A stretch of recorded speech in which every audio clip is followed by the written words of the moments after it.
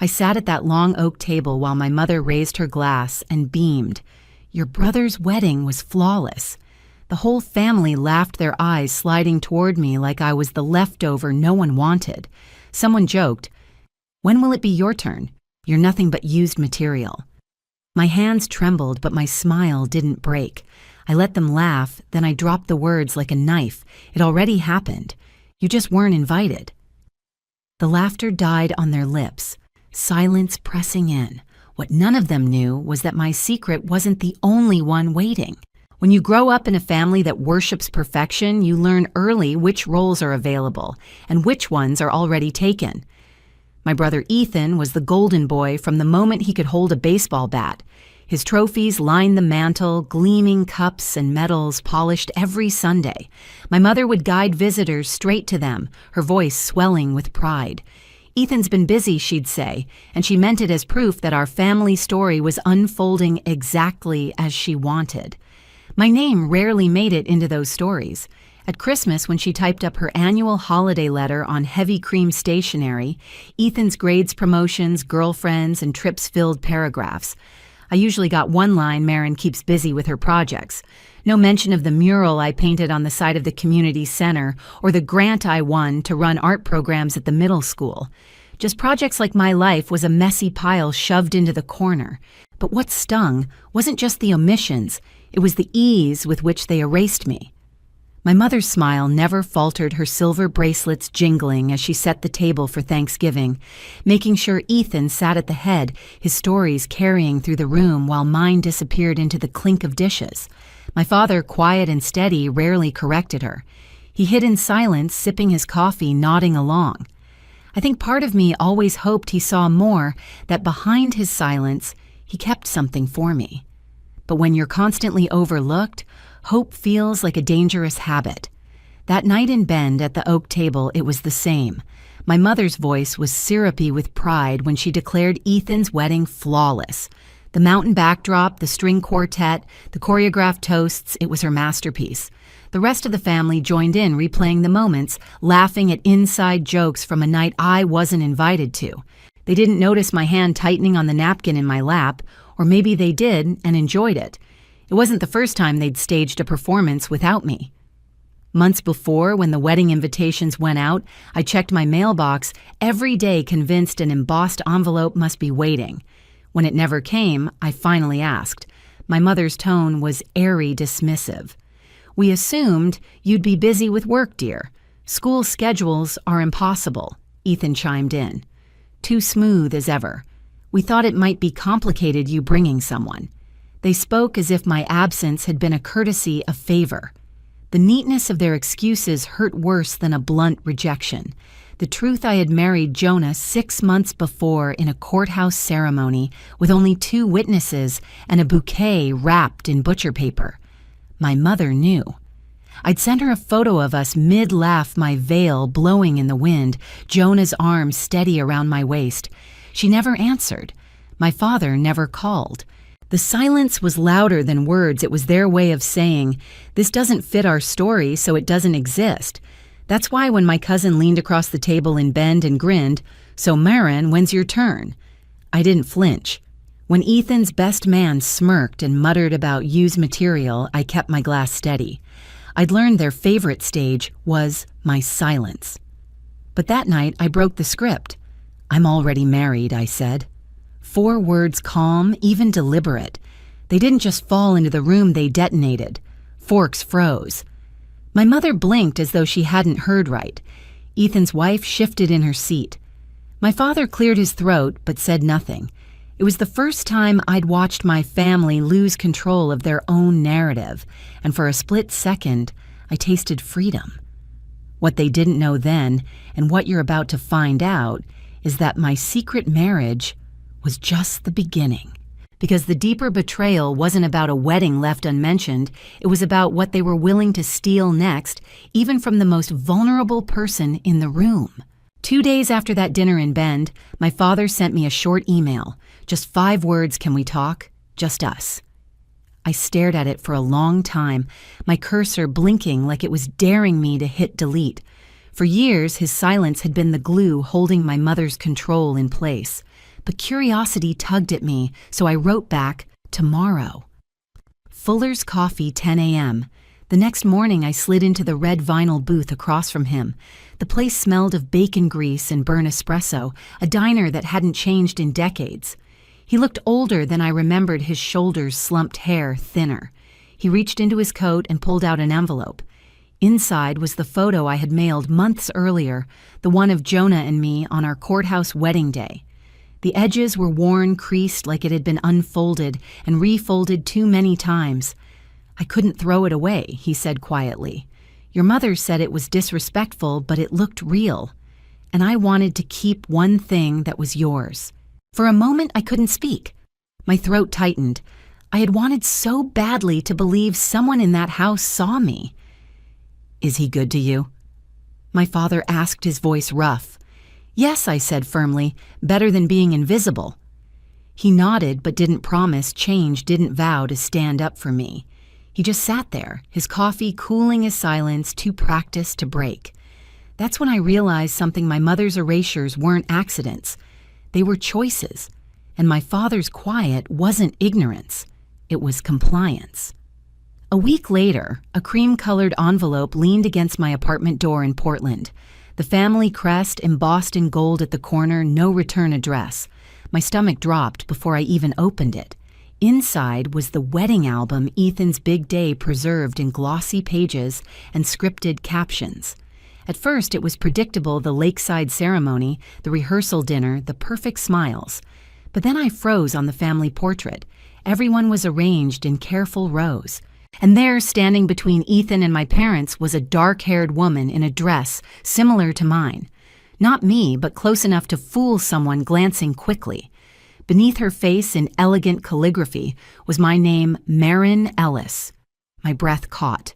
My knees went weak. They hadn't just left me out, they had written me back in using someone else's body. Jonah walked in from the kitchen, drying his hands on a towel. He saw the page over my shoulder, and his jaw tightened.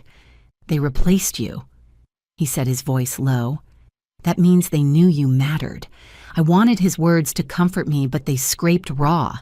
If I mattered, why erase me at all? Why build a lie so carefully that it required a stand-in? My fingers shook as I closed the album, pressing the pages together like I could smother the insult inside. The next morning, I carried the package down the block to the blue mailbox on the corner. Across the gold crest, I had scrawled one word in thick, black marker: return. No explanations, no softening, just the truth they had tried to edit out, sent back to them like a verdict. When the envelope clanged against the metal inside, the sound was sharper than I expected. Final. Unforgiving. That evening, my inbox lit up with a message from my mother. The subject line, "You blindsided us." Her words were clipped, rehearsed, accusing. She said I had humiliated the family at dinner, that Ethan's wife was heartbroken, that there was no need for a scene. I read the lines twice, searching for even a trace of curiosity about why I'd been silent so long. There was none. 2 hours later, Ethan posted on social media a picture of him and his bride raising glasses at Sun River. The caption, "Real love shows up." Comments flooded in congratulations, heart emojis, applause. It wasn't for me. It never had been. I shut my laptop and sat in the quiet. My chest burned, but not with tears. Those had run out months ago. No, this was something else, a steady heat climbing from my stomach into my throat. Rage, yes, but also clarity. That's when I remembered her grandma Ruth. My mother's own mother, 82 years old, living alone in the old farmhouse on the edge of town. She was the only person who had ever called me special without a trace of irony. When I was a kid, she saved my drawings, taping them to her fridge, telling anyone who visited my granddaughter's an artist. She never compared me to Ethan, never measured me against a list of accomplishments. To her, I was already enough. I hadn't spoken to her in months. My mother often managed those calls, making sure I wasn't alone with Grandma too long. That night, on impulse, I picked up the phone and dialed her number. She answered on the second ring, her voice soft but steady. "Marin, honey, is that you?" Something in me cracked at the sound. I told her everything: the dinner in Bend, the replacement in the album, the email from my mother. She was quiet for a long moment, then sighed. "They've been using me too," she said finally. I frowned. "What do you mean?" "They want me to sign papers. They say it's for convenience to manage my accounts to help with bills, but I don't see why Ethan and your mother need access to every dollar I've saved. I told them no, but they keep pushing." Her words landed like a punch, my hands clenched into fists. This wasn't just about erasing me from photos or letters. This was about money, about control, about exploiting the one person in the family who still mattered to me. "Don't sign anything," I said quickly, my voice sharper than I intended. "Promise me, Grandma, not until we figure this out."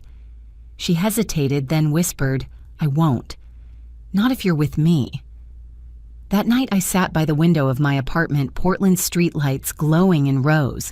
I could feel the fuse that had been burning inside me for years, finally catching flame. My family thought they could silence me, replace me, erase me. But this was different. They weren't just rewriting me anymore. They were coming for her, and I knew then I wasn't going to stay silent. Not this time. Grandma Ruth didn't sound like herself when I visited her the following weekend. She was sitting at the kitchen table in her farmhouse, a plate of untouched toast in front of her. The lace curtains fluttered in the breeze, carrying the faint smell of lavender from her garden, but she didn't look out the window. She just kept staring at a stack of documents resting near her elbow. "They brought these over yesterday," she said, her voice trembling as she pushed the papers toward me. "Power of attorney joint accounts. All kinds of things I don't understand. Your mother said it was just to keep things simple.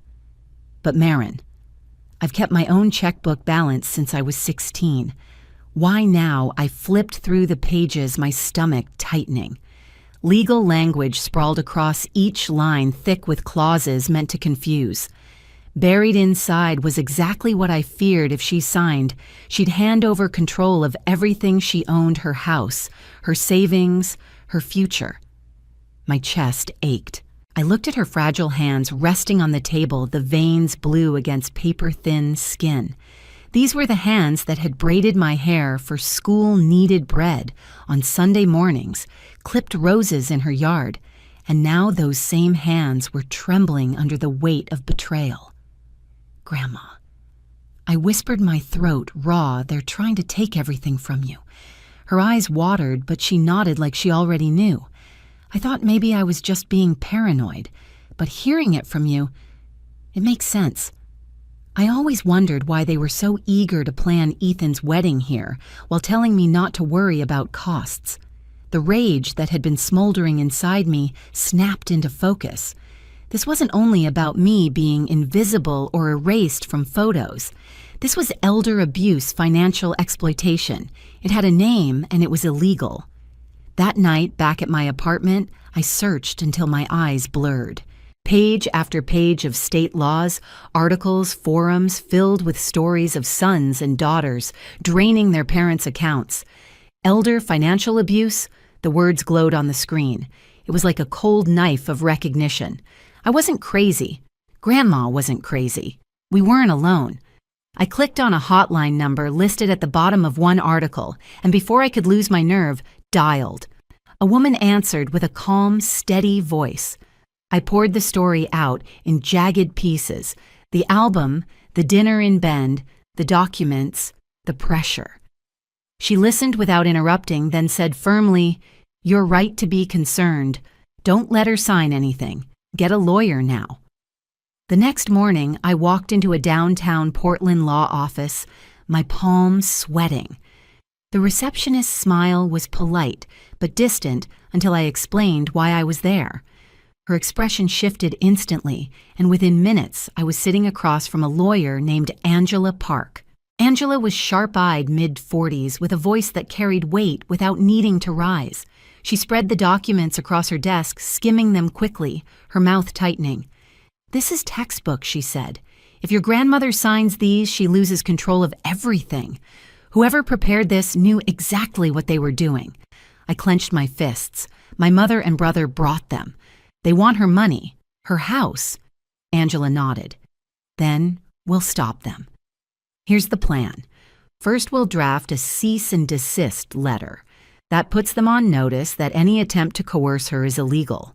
Next, we'll prepare a protective petition so the court recognizes her autonomy. And when they come back from their honeymoon, we'll serve them in public. People like this hide behind appearances, so we'll tear the mask off in front of everyone. Her words sent a shiver through me. Part fear, part exhilaration. For years, my silence had been my armor. Now I was sharpening it into a weapon. That weekend, I returned to Grandma's farmhouse with the letter. She read it slowly, her lips pressing tight. When she finished, she set it down and looked at me. "Maren," she said, her voice steady. "I don't want a war, but I also won't be erased. If you'll stand with me, I'll sign." I took her hand, squeezing gently. "I'm not going anywhere." The next 2 weeks were strangely quiet. Ethan and my mother were still abroad, posting endless photos from their honeymoon in Greece. Beaches, wine glasses, captions dripping with perfection. Meanwhile, Grandma and I waited. Each day she moved through her routines, watering her roses, kneading bread, humming softly. But there was a tension in her shoulders that hadn't been there before. Sometimes I caught her standing by the window, watching the driveway as if expecting them to appear. At night, I lay awake rehearsing what I'd say when the moment came. I imagined their faces when the papers were served, the shock, when they realized the narrative was no longer theirs to control. Fear mixed with anticipation twisting in my chest like a knot tightening with each day. Finally, Angela called. "They're back. Tomorrow morning, their flight lands at PDX. Be there. I'll handle the rest." I hung up, my heart pounding. Tomorrow. After years of silence, of being overlooked, of swallowing my words until they soured inside me, tomorrow I would stand. That night, Grandma sat with me on her porch as the sun set over the fields. Fireflies flickered in the tall grass, and the air smelled faintly of lilac. She reached over and squeezed my hand. "I'm proud of you," she whispered. "You're braver than I ever was." I swallowed hard, blinking back tears. "No," I said softly. "I just learned it from you." We sat there until the sky turned dark, neither of us speaking, both of us waiting. The war we hadn't asked for was coming, and this time I wasn't going to retreat. When I finally lay down to sleep, I dreamed of airport halls filled with the echo of rolling suitcases, faces turning, voices rising. I woke before dawn, my chest tight with anticipation. Tomorrow the mask would crack. Tomorrow they would learn that the story they thought they controlled was already slipping from their hands. And I was ready. Airports have their own kind of hum, a mix of rolling suitcases, boarding calls, and voices layered over voices. That morning at Portland International, I heard every sound twice as loud, my nerves sharpening each detail. Grandma Ruth sat beside me in the waiting area, her hands folded tight over her purse. Angela, our lawyer, stood a few feet away, calm and composed in a navy suit. She looked like she'd walked into battlefields before and already knew how this one would end. I kept scanning the arrivals board until Ethan's flight blinked from in air to arrived. My throat went dry. This was it. Years of silence, erasure, humiliation, all funneling into the narrow space between baggage claim and the sliding glass doors. We didn't wait long. Ethan and my mother appeared at the top of the escalator, sunburned and smug-wheeling shiny suitcases. Ethan's wife trailed behind, scrolling her phone. My mother spotted us first. Her step faltered, but she recovered quickly, pasting on that tight smile she used when neighbors were watching. Ethan's gaze slid over me like I was a stranger. "Maren." My mother said, her tone sharp with surprise. "What are you doing here?" I stood, heart hammering, but my voice was steady. "Waiting for you." Angela stepped forward before they could react, a thick envelope in her hand. She held it out to my mother. "Mrs. Ellis, you've been formally served. This is a cease and desist regarding financial coercion of Ruth Ellis. You are hereby notified that any further attempts to gain access to her accounts will be considered elder financial abuse under state law." The words hit harder than I expected. My mother's mouth opened, then closed again, her face blanching as she took the papers. Ethan stepped forward, his jaw tightening. "What is this?" he barked. Some kind of stunt. Angela didn't flinch. It's not a stunt. It's the law. You and your mother pressured Ruth Ellis into signing over her assets. She refused. Any future attempts will have consequences. People around us were starting to stare. Travelers slowed their steps, eyes flicking toward the confrontation. My mother's perfect mask was cracking right there under fluorescent lights and the smell of coffee from the nearby kiosk. Ethan sneered, "You think you can humiliate us here?" In public, I stepped forward, finally letting years of swallowed words pour out. "No, Ethan. You humiliated yourself when you erased me from your wedding, when you took Grandma's trust and tried to turn it into a checkbook for your lifestyle, when you decided appearances mattered more than people." His face reddened. "You've always been jealous." Jealous. My laugh was sharp, bitter, of being invisible, of sending a wedding photo you pretended not to see, of watching you replace me in an album like I was disposable. "No, Ethan, I'm not jealous, I'm done." The crowd was listening now, a circle of strangers pretending not to watch, but hanging on every word. My mother's hands shook as she clutched the envelope. "This is unnecessary," she hissed. "We were only trying to help. Your grandmother can't manage everything alone." Grandma's voice, small but clear, cut through the tension. "I've been balancing my accounts longer than you've been alive. Don't you dare call it help when what you wanted was control." For the first time, my mother faltered. Her eyes flicked to the onlookers, desperate to salvage her image, but the words were out. The script she'd written for years had burned in an instant, exposed under the bright airport lights. Ethan reached for the papers in her hand, muttering, "We'll fight this." Angela's voice sharpened. "Go ahead. We've already filed the petition. The court date is set. If you want to explain your behavior to a judge instead of your neighbors, that's your choice." Silence rippled through the space, heavier than the rolling suitcases and echoing announcements. My mother finally turned to me, her face pale, her voice stripped of charm. "You did this." I met her gaze without flinching. "No. You did this when you decided I didn't count. When you decided Grandma's savings mattered more than her dignity. This isn't revenge, Mom. It's protection." Her lips pressed tight, and for once she had no script, no quick retort, no practiced smile. She looked small, almost fragile, in the middle of baggage claim. Ethan beside her shifted uneasily, his bluster thinning in the face of attention he couldn't control. Grandma slipped her hand into mine, her grip firmer than I expected. "Let's go home, Marin," she whispered. But I wasn't finished. Not yet. I turned to Ethan, my voice carrying so everyone nearby could hear. "You called me used material, leftover. You thought silence meant weakness. But here's the truth. You can't erase someone who refuses to disappear." He froze, his jaw clenched, but he didn't speak. Not with so many eyes on him, not with the law pressing down in Angela's steady hands. We walked out together, me, Grandma, Angela, leaving them standing by the luggage carousel, their perfect story unraveling in front of strangers. The glass doors slid open, and cool morning air rushed over us sharp with jet fuel and rain. For the first time in years, my shoulders felt light. On the ride back, Grandma squeezed my hand again. "You gave me my voice back," she said softly. I shook my head, eyes stinging. "You never lost it. They just stopped listening. Now they don't get to decide anymore." That night, when I finally lay down, exhaustion pressed into every bone. But underneath it was something new, a sense of justice, raw and imperfect, but real.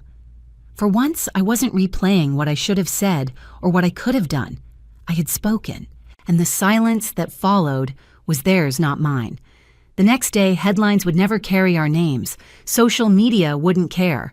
But in that small, crowded corner of an airport, my family's empire of perfection had cracked. And once cracks appear, they never fully disappear. The fight wasn't over. Court was still coming. But for the first time, I felt ready. They had underestimated me for the last time. Courtrooms don't look like they do on TV. No soaring drama, no gavel slamming down, just beige walls, stiff benches, and a faint buzz from the fluorescent lights. Still, when the judge read the ruling, it felt louder than thunder.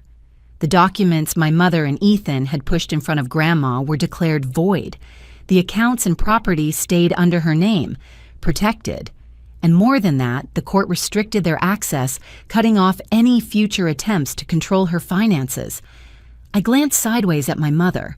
Her lips were tight, her jaw working like she was chewing gravel. Ethan sat rigid, his tie crooked, his eyes dark with anger. For once, neither of them spoke. They couldn't charm, dismiss, or twist their way out of this. The law had spoken, and it hadn't sided with them. When we walked out of the courthouse, Grandma let out a long breath, the kind she'd been holding for months. She leaned on my arm, but her steps were lighter. I thought I'd lost everything, she whispered. Not the money. Them. My own children. I hugged her gently. They chose what mattered to them. But you're not alone anymore. She smiled faintly, the lines around her eyes softening. Thanks to you. Back at her farmhouse, she returned to her routines, but something had shifted. She clipped roses and placed them in a mason jar on the kitchen table, humming as she moved. She baked bread again, the smell filling the house like it used to. The heaviness in her shoulders had lifted. It wasn't about winning money, it was about keeping her dignity, her independence. For me, the shift was different. One evening, I walked along the Willamette Esplanade with Jonah. The river caught the glow of city lights bridges shimmering on the surface. I slipped a hand into my coat pocket and felt the courthouse photo still folded but intact.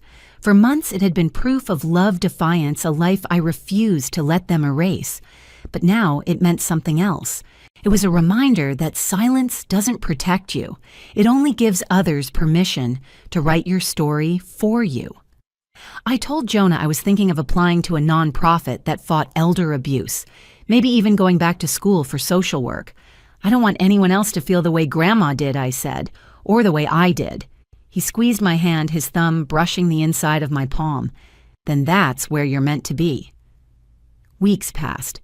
Ethan sent me a clipped message full of blame, accusing me of betrayal, of destroying the family's reputation.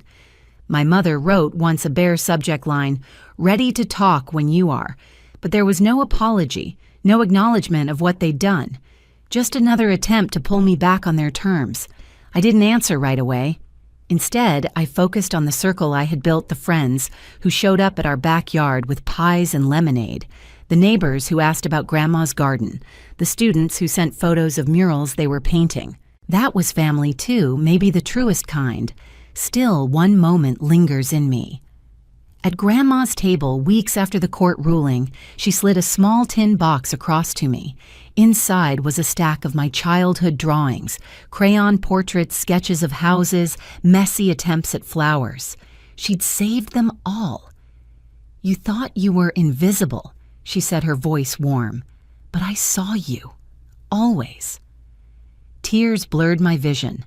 I pressed the box to my chest, feeling the weight of it, not just paper, but proof that I had never been as erased as they wanted me to believe.